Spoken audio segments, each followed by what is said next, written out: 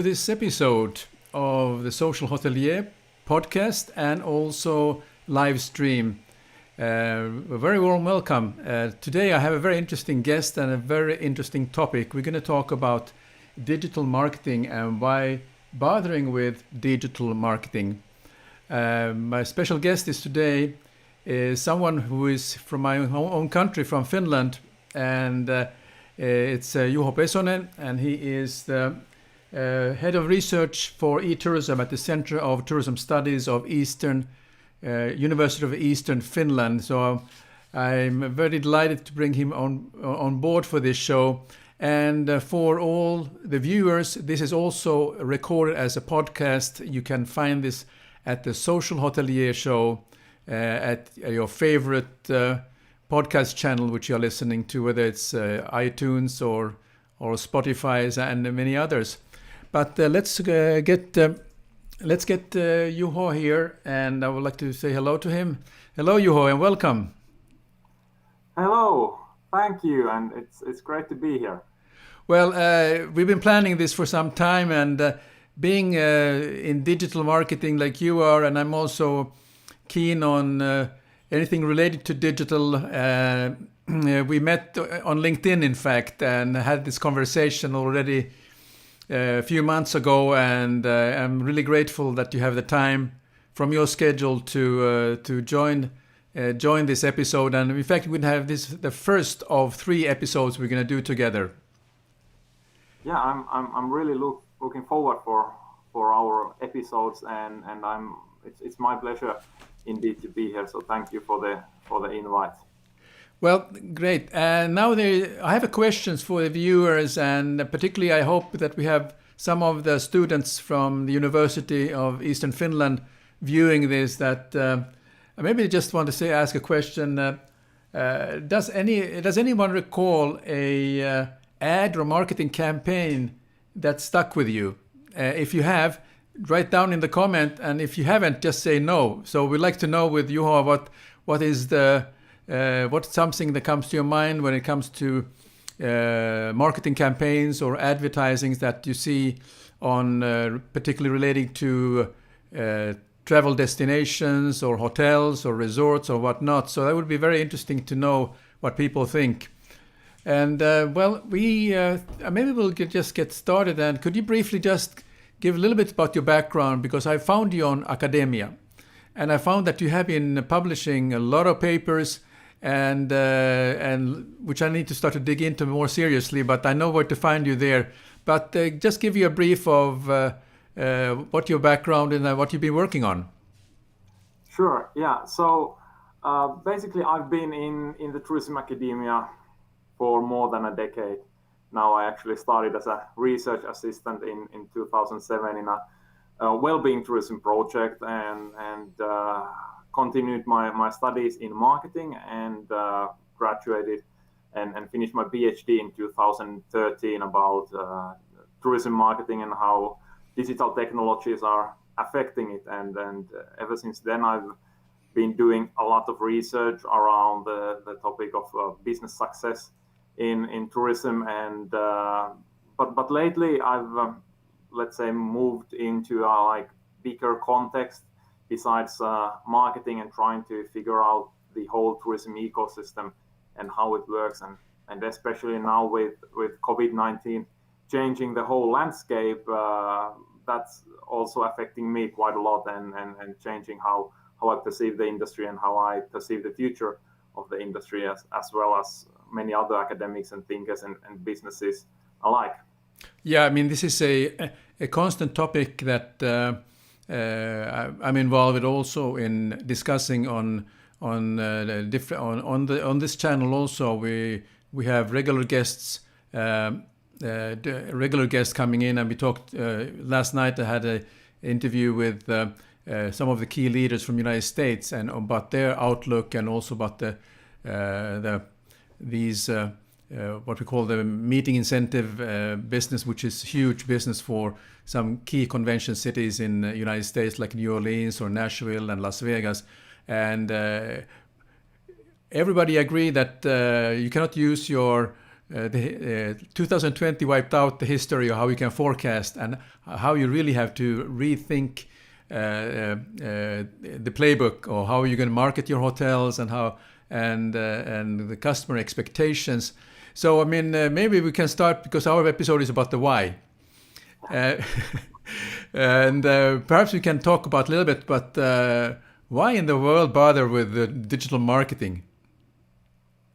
Yeah, I think again we have to look at the bigger picture of why we are in the tourism industry, and I honestly think that tourism industry is one of the best industries in the world. It's such a fantastic and interesting industry to be involved with, and now with COVID-19, the whole world has realized actually the importance of tourism and hospitality industries for the employment, but also for the well-being of societies and well-being of communities. And so if we go to digital marketing and what's its role in all of this, I see it mostly as a one tool to realize the mission and the why statement of the company. And everyone is, and especially before the COVID-19, but also in the very near future,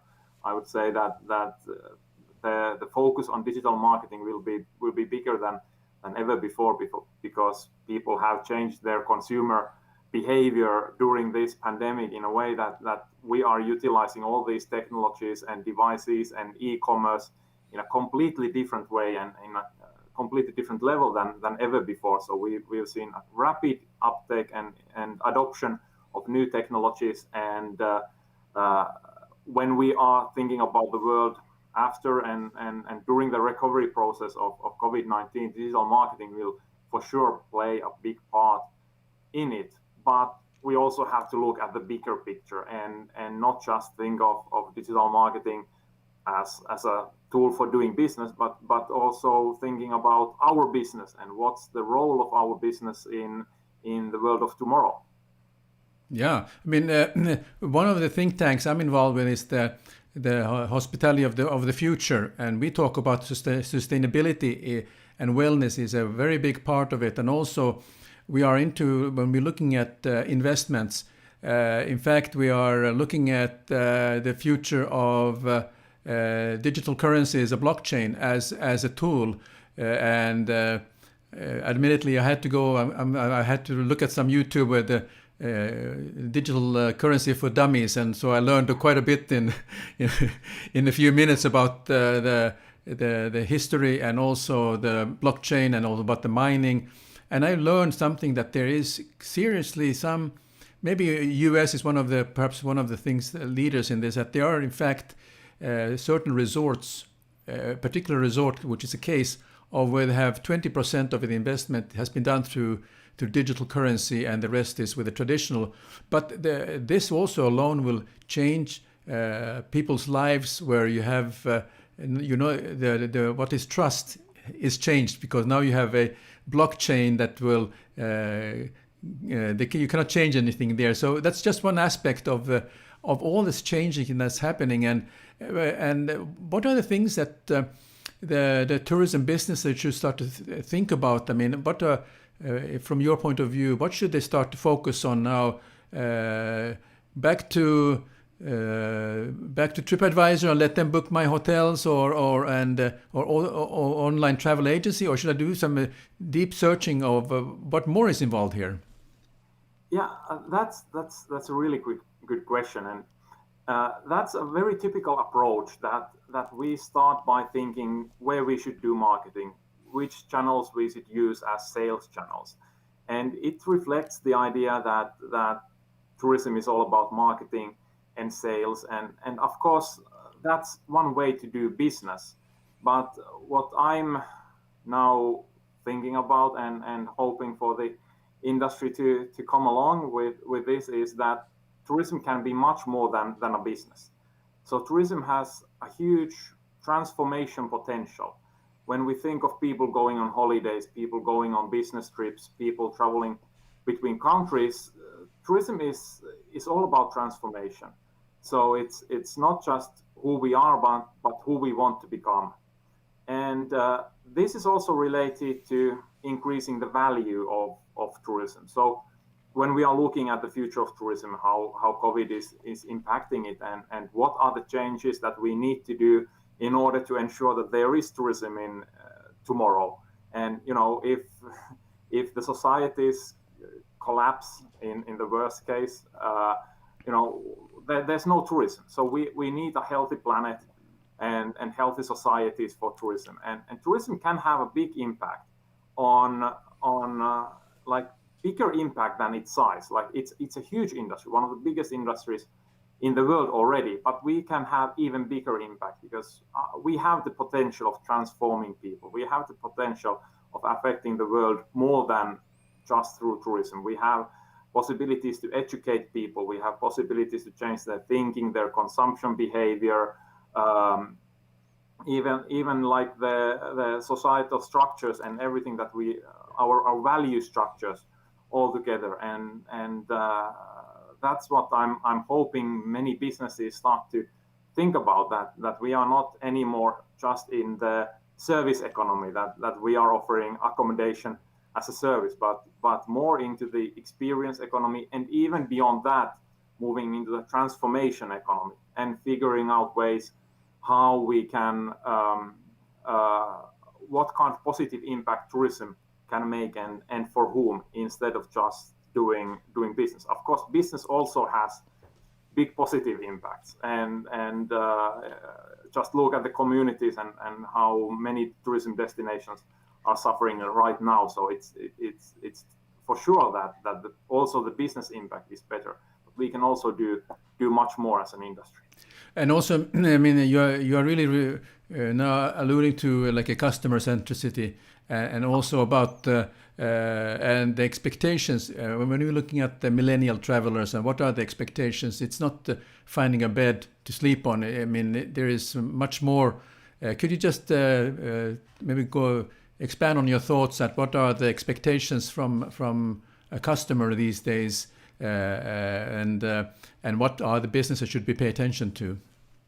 Yeah, and of course, when thinking about this, I'm always talking like from the Finnish perspective, and that's why your podcast is such a fantastic thing, because you have guests from all over the world, and the situation and the business structure and the whole tourism ecosystem is completely different in different countries and different destinations. So there is a lot going on, and I'm of course thinking mostly about Finland and maybe the tourism in Europe, Northern Europe, and what we can learn from how we are doing stuff, and what kind of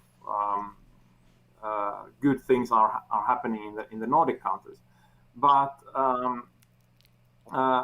the customer centricity is always a topic in marketing that we are talking so much about, and how it is important to understand what the people want and what kind of value they are looking for. But also increasingly with tourism brands, for example, the lifestyles and what kind of people our customers want to become. And this is like such an important part of generating the mission statement, the why statement for any business. And that's probably one of the most difficult things tourism businesses or any businesses can and have to do, figuring out what's their mission, why they really exist, what is important for them, what they value. And that's a very difficult thing to do properly. But if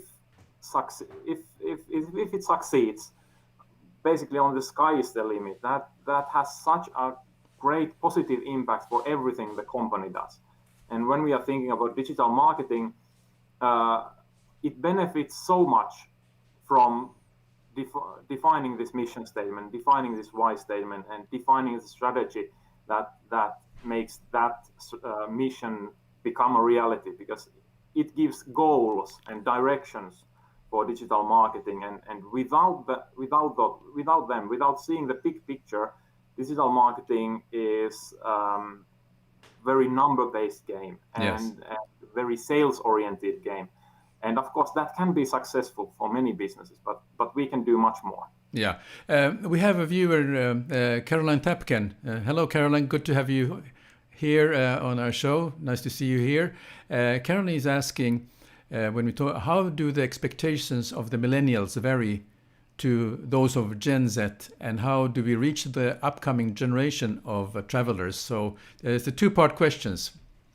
Yeah, and that's one of the fantastic questions to ask when thinking about company strategies and how it orients towards the future. And one thing that I always try to teach my students is that when we are talking about millennials and Gen Zs and all the other generations, that they are not homogeneous by themselves. You know, there's many factors that they share, but there's also a lot of different kind of people within these segments. And one of the important things is to focus on a certain market. So just choosing a millennial market as your market segment might be way too big, but you have to go deeper. You have to understand the customer even better. So understanding and of course, you know, countries, for example, differ a lot. So millennials in China and Australia can be different from millennials in Finland or in Brazil. And there's, even though with globalization and online channels, we are, I think the cultures are being homogenized a little bit. So with digital technologies, people share similar kind of approaches. We are using TikToks and Instagrams all over the world, and young people are sharing the same phenomena wherever they are. So I think that is one of the critical factors that maybe the direction is moving towards, like this global shared community and lifestyle and such. But I would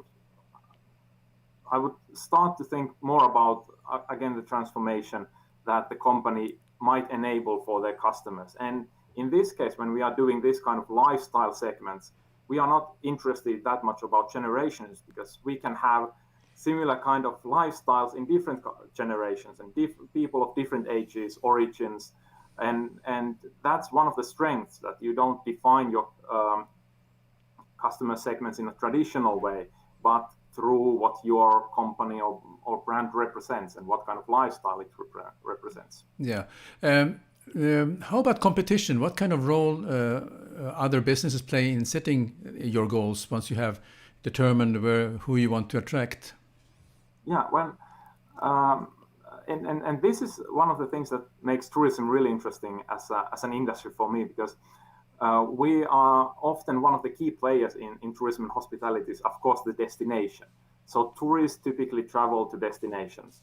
And within destinations, there's both collaboration as well as competition at the same time. So your competitor can actually be one of your best collaborators at the same time in different markets, depending on your customer groups. And that makes a special case in tourism, that you should always think about what is good for your destination, where you are operating in, and how you can collaborate with different stakeholders, with different businesses, even your competitors, in making the destination better, because that is something that then pours great things for everybody in the destination. Yeah. And of course, one thing, and one practical example is, of course, when we are defining the mission statement and defining why we operate, and thinking about, are we just in the service economy? Are we in the experience economy? What is the business where our business is in? And typically, it's the best thing is to choose a business where there's no competition. So that's basically how you figure out that you are in a marketplace where no one else operates, and that's a good indication that you've done proper strategy work. For example, let's think of hotels.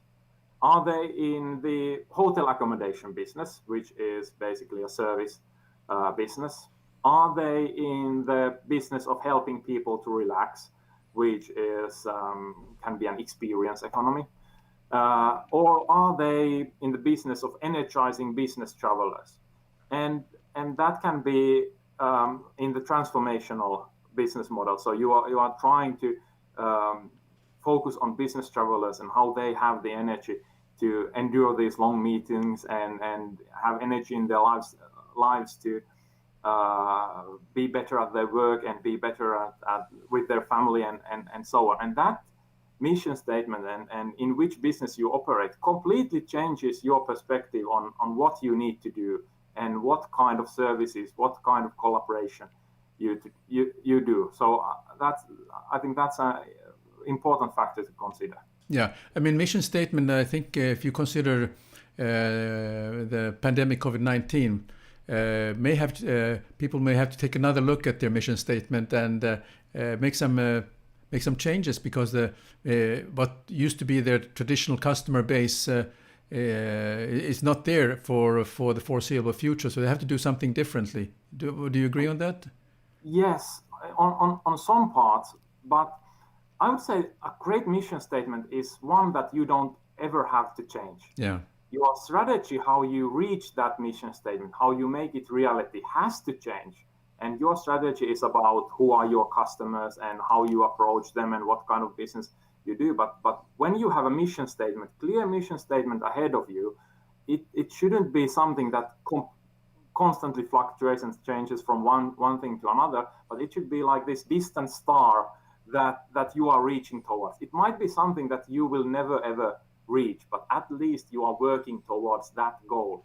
And even though we have these kind of pandemics, if your mission and mission statement is to be there for the local community or to transform people to think in a sustainable way or whatever, it doesn't change, even though the situations like this changes. Only the ways how you achieve that and how you proceed with your mission, they do change, and they have to change.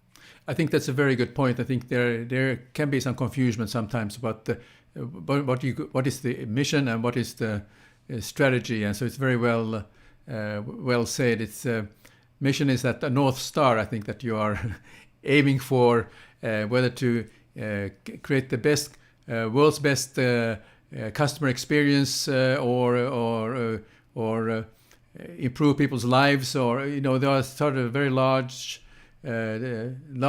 goals that you are putting yourself, and then you put the strategy. But who sets those goals? You have a board, you have staff, you have managers, you have owners.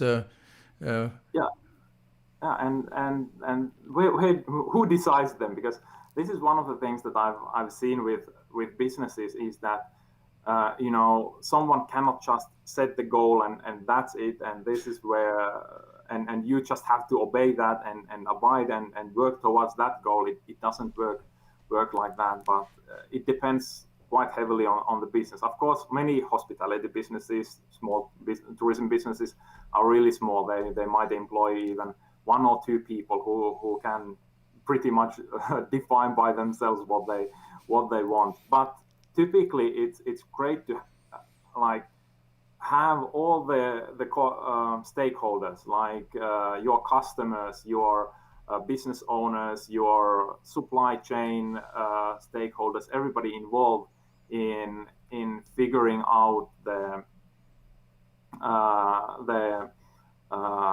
goals for the business. And it's not an easy process. So it takes time, and it takes a lot of discussions. It takes a lot of meetings to identify why you actually exist and what you want to achieve. But there's some great work available, information, knowledge on how to do that. For example, by Simon Sinek, it's one of my favorite authors around this topic. But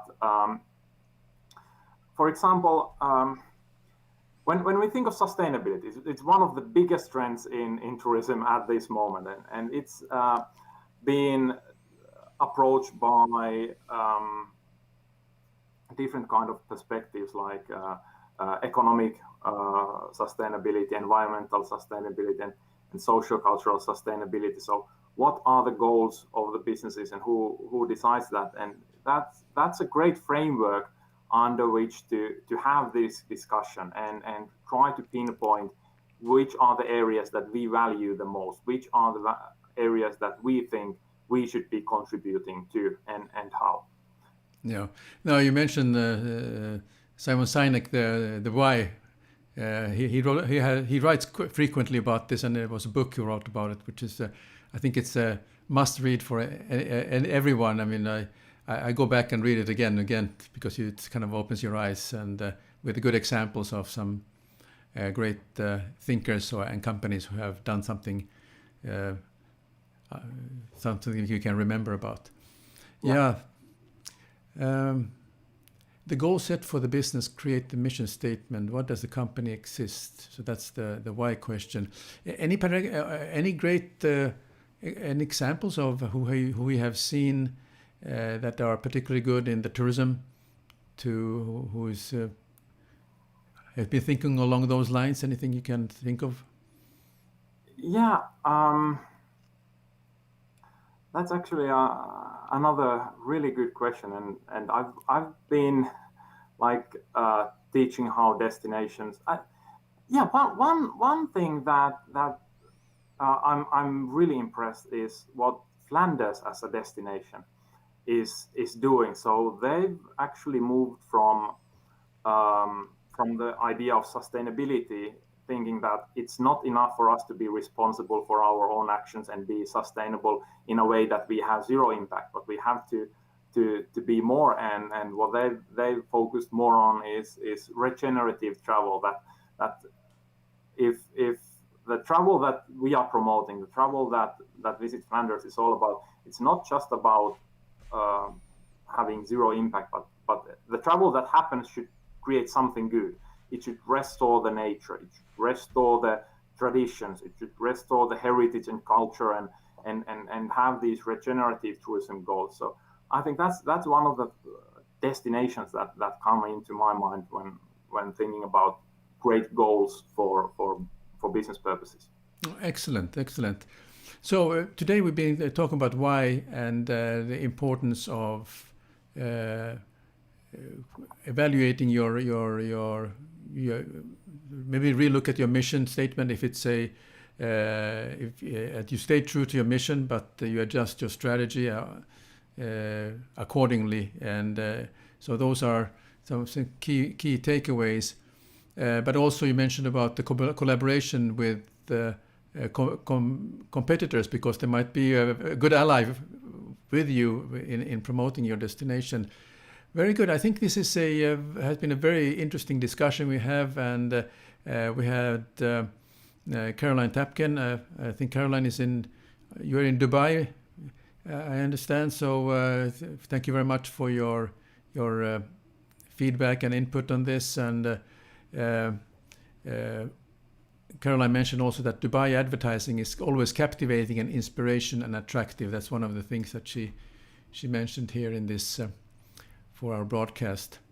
Yeah, I think Dubai is a fantastic example of how to do tourism promotion, and you know that it's like they are kind of like branding themselves to be this place where virtually everything is possible. Like there is everything in Dubai, and their marketing is promoting it quite well. So I think they built kind of like a unique strategy, but I'm not even sure what is their mission statement. So that's one of the things that with marketing you should always be able to connect it with your mission statement, and everything you do, every promotion, every advertising, every sales should be somehow related to it. And it can be something related to a slogan, for example, which is an important branding element. So even though you can be really successful in doing fantastic marketing and promotion and sales, you can find even more meaning in those if you have figured out why your business, why your destination exists. Yeah, I spent a few years in Dubai, and the practicality was that they made their mission, if I'm not mistaken, that because they don't have oil as a resource for the economy, so they really put everything into developing their tourism as a destination, and of course they have a centralized organization that promotes their marketing, and they come continuously up with ideas how to promote their destination. And transportation. They create their airline just to make sure they get millions of people visiting them, and also Dubai has become a hub. It used to be like a duty-free area, but of course prices have changed a little bit since then. But it is still a very dynamic place, and they always come with ideas how they can make their place the place to visit with and so on. Yeah, it's an experience to be in Dubai, but how it transforms me, how I think differently after my trip to Dubai. What are the things that I value more, I value less? That would be something that I'm expecting more of the tourism industry to think about, this transformation that we want to see among our customers and businesses. Yeah. That mission to become a world hub is a great example of joining in a bigger mission, like connecting the world. Yeah. I come from Finland, so Nokia is connecting the people, but Dubai and their mission and their transformation would be maybe to connect the world with each other and increase this cultural understanding and stuff related to that. Yeah.